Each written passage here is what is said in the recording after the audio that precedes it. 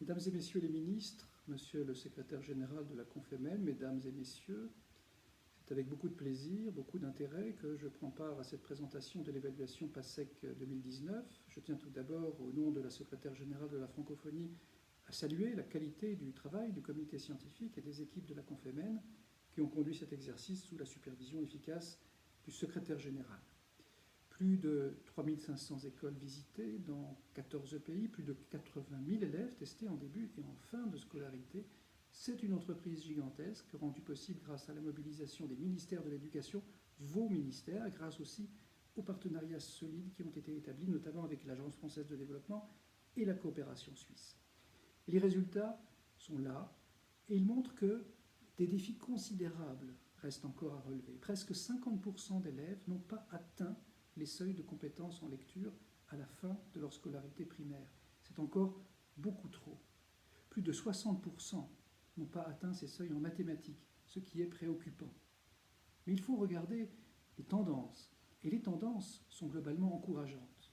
Dans la grande majorité des pays, un nombre plus important d'élèves qu'en 2014 ont pu se positionner au-dessus des seuils de compétences en lecture comme en mathématiques. Il faut saluer ces progrès qui reflètent souvent des investissements plus importants des pays eux-mêmes dans ce domaine et peut-être aussi une coopération internationale plus en cohérence avec les besoins réels.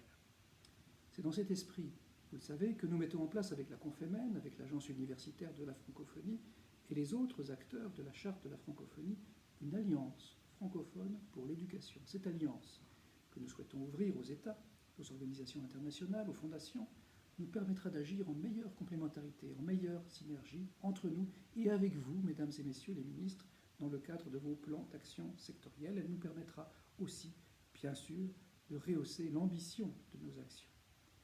19 000 enseignants ont participé à l'évaluation, malgré les efforts consentis par les pays pour assurer leur formation initiale et continue. Les besoins sont toujours criants. À peine plus de la moitié des enseignants se situent dans le niveau le plus élevé de l'échelle de compétences en compréhension de l'écrit et moins du tiers en mathématiques.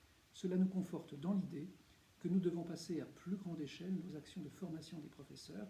L'OIF, à travers son Institut de la francophonie pour l'éducation et la formation, l'IFEF, basé à Dakar, s'y attelle. Elle en a fait une priorité de l'Alliance francophone pour l'éducation. Les difficultés de lecture des enfants en début de scolarité que ce rapport révèle sont en grande partie liées, on le sait, au fait que la langue française n'est pas la langue maternelle des enfants. L'enseignement bilingue français langue maternelle pour les tout premiers apprentissages est un gage de réussite quand il est bien assuré.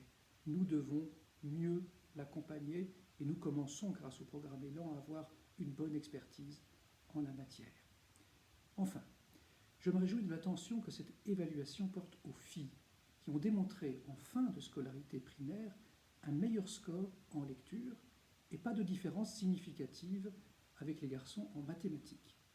Cela rend plus insupportable encore le décrochage des filles après le primaire et cela doit nous inciter à poursuivre, à amplifier notre plaidoyer, nos actions en faveur d'une véritable égalité filles-garçons dans l'éducation. C'est un enjeu prioritaire sur lequel l'OIF est pleinement impliqué et je vous donne rendez-vous le 24 janvier, journée mondiale de l'éducation, pour le lancement d'un nouvel instrument, le portail pour l'égalité filles-garçons dans l'éducation, qui permettra le partage d'expériences et de ressources au sein de notre espace.